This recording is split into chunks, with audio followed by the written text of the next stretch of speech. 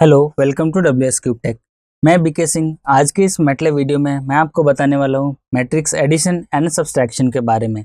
तो चलिए देख लेते हैं मैट्रिक्स एडिशन का सिंटेक्स और मैट्रिक्स सब्सट्रैक्शन का सिंटेक्स क्या है। तो यहाँ सिंटेक्स सिंपल सा है कि प्लस लगा सकते हैं तो मैट्रिक्स एडिशन हो जाएगा, या फिर लिख सकते हैं PLUS प्लस A, B पेरेंथीज के अंदर। तो ये हमारा मैट्रिक्स एडिशन के लिए है।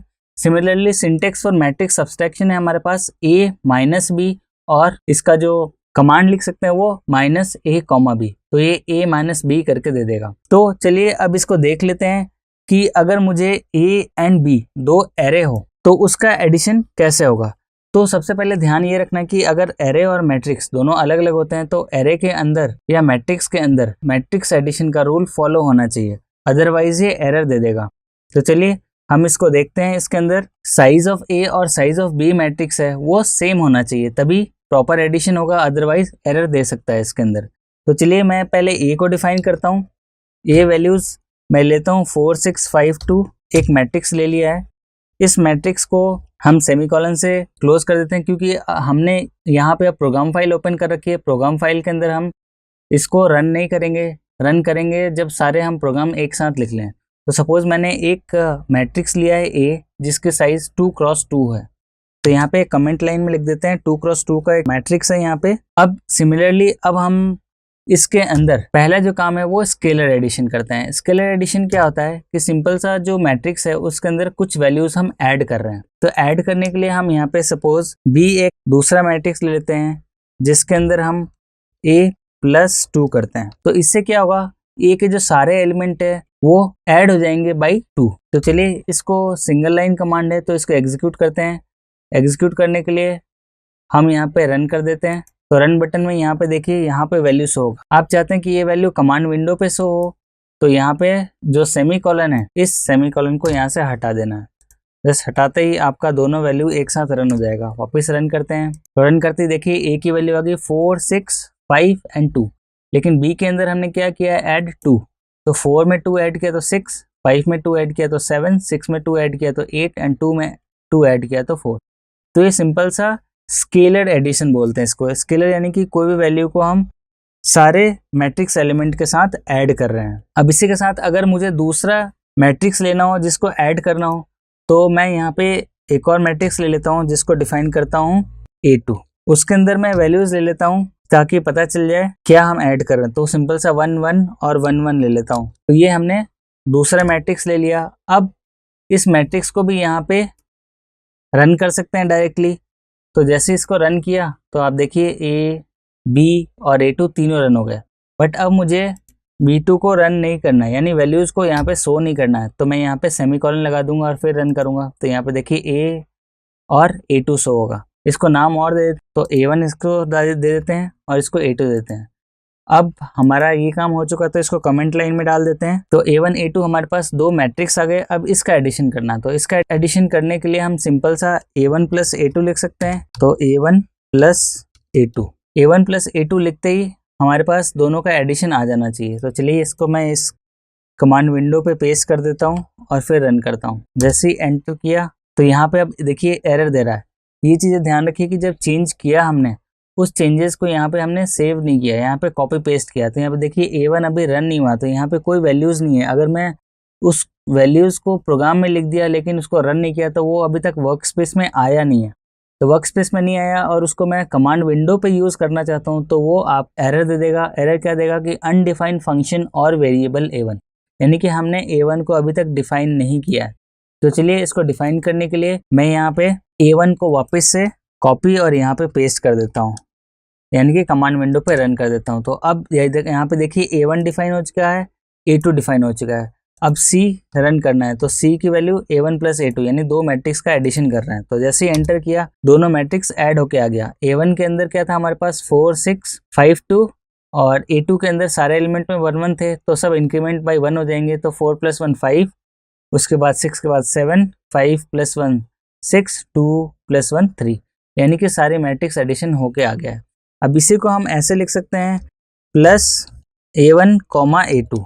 तो ये भी वही काम करेगा जो हमारा प्लस सिंबल कर रहा था। तो यहाँ पे देखिए प्लस करने के बाद भी, ये ऐड करने के बाद और सिंपल सा प्लस कमांड के बाद भी दोनों के अंदर जो मैट्रिक्स की वैल्यू है वो सेम आई है। तो ये था एडिशन, जिसको बोलते हैं मैट्रिक्स एडिशन। अब सब्सट्रैक्शन देख लेते हैं। तो यहाँ पे क्लोज करके क्लियर ऑल कर दिया हमने। अब सब्सट्रैक्शन के अंदर हम वापस यही वैल्यूज लेते हैं। तो A1 और A2 को हम यहाँ कमांड विंडो पे रन कर देते हैं। एक बार जस्ट पेस्ट करके रन कर दिया तो A1 और A2 हमारे पास शो हो गया। अब इसके अंदर हमें करना है A1 माइनस A2।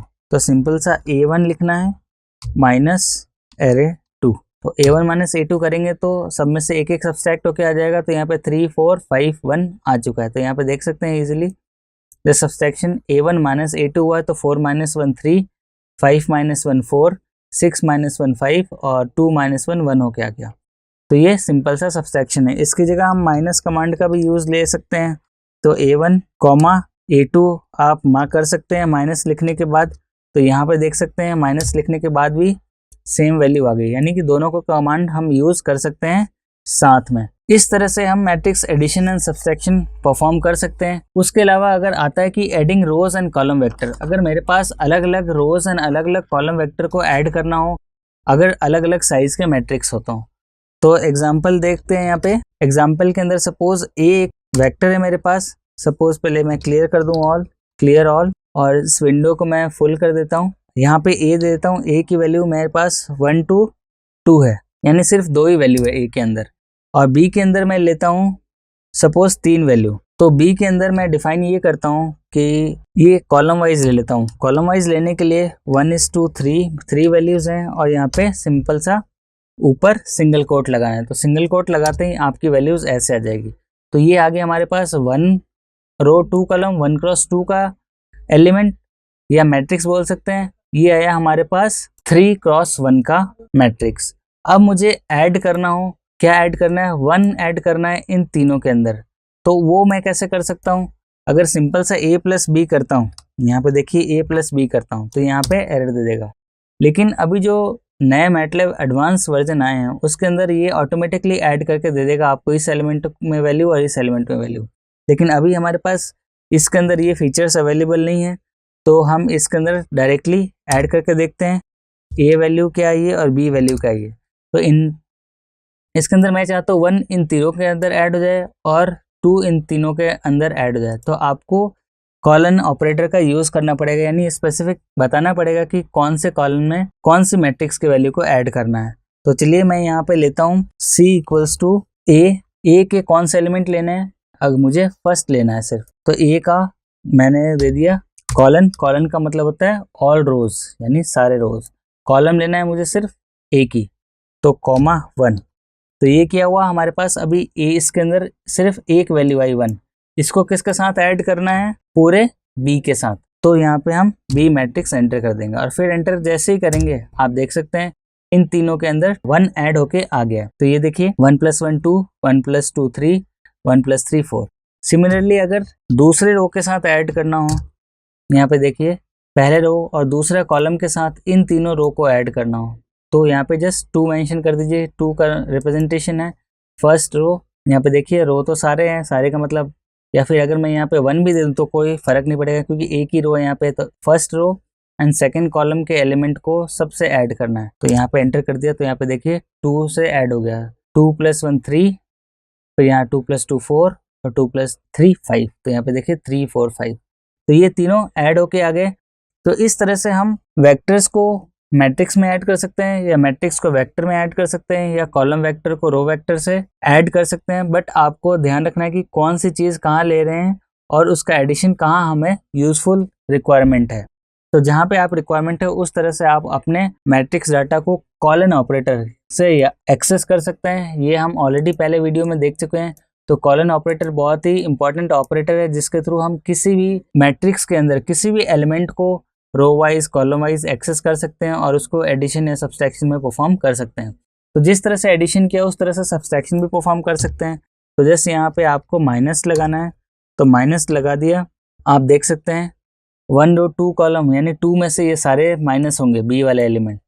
तो 2 में से सारे माइनस होंगे तो यहाँ आ जाना चाहिए -1 0 और 1 आना चाहिए। तो जस्ट एंटर करते हैं। यहाँ पे देखिए 1 0 और -1। तो जैसे इसको 2 से माइनस किया तो ये वैल्यूज़ आ गई। तो इस तरह से मैट्रिक्स एडिशन सब्सट्रैक्शन दोनों परफॉर्म कर सकते हैं। तो चलिए मिलते हैं अगले वीडियो में। Thank you.